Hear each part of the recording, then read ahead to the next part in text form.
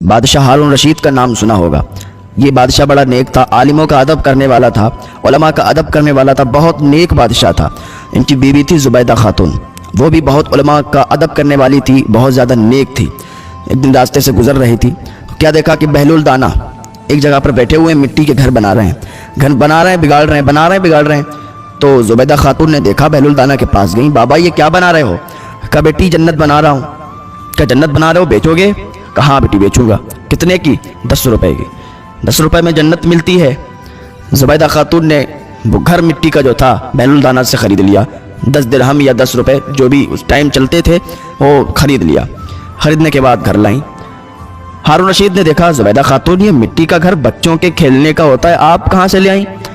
زبیدہ خاتون نے کہا بہلول دانا گھر بنا رہے تھے، بگاڑ رہے تھے، بنا رہے تھے، بگاڑ رہے تھے، اللہ کے ولی ہیں بھائی، 10 روپے کا بیچ رہے تھے اور کہہ رہے تھے یہ جنت ہے، تو میں نے خرید لیا، کوئی گناہ تھوڑی کر دیا، کوئی جرم تھوڑی کر دیا۔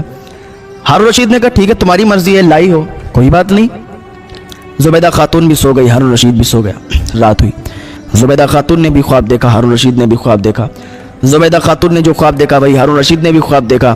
ہارون رشید نے کیا دیکھا کہ جنت میں ایک محل بنا ہوا ہے اور محل پہ بڑا بڑا زبیدہ خاتون کا نام لکھا ہے کہ یہ محل زبیدہ خاتون کا ہے۔ ہارون رشید جیسے ہی اس محل کے اندر جانا چاہے تو فرشتوں نے روک لیا، کہاں جا رہے ہو؟ کہ اس محل کے اندر جا رہے ہیں۔ کہ یہ محل آپ کا نہیں ہے۔ کہ کس کا ہے؟ کہ زبیدہ خاتون۔ کہ زبیدہ خاتون تو میری بیوی ہے۔ کہ بیوی ہے تو کیا ہوا، محل زبیدہ خاتون کا ہے اور یہ جنت ہے، یہاں تم نہیں جا سکتے۔ کہ اچھا کیوں؟ زبیدہ خاتون کو آخر یہ محل کیسے مل گیا؟ کہ زبیدہ خاتون نے جنت کو خریدا ہے، زبیدہ خاتون نے جنت خریدی ہے، جنت میں اپنا گھر خریدا ہے، اسی لیے ان کو گھر مل گیا۔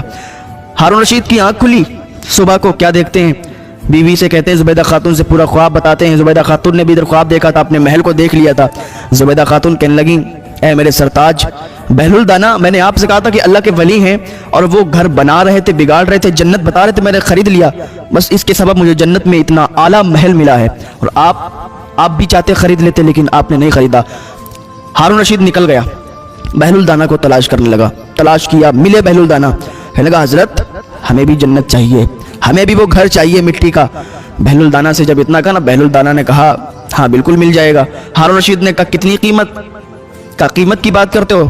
آدھی سلطنت لگے گی، اگر آدھی سلطنت دینا چاہتے ہو تو دو اور یہ جنت لے جاؤ۔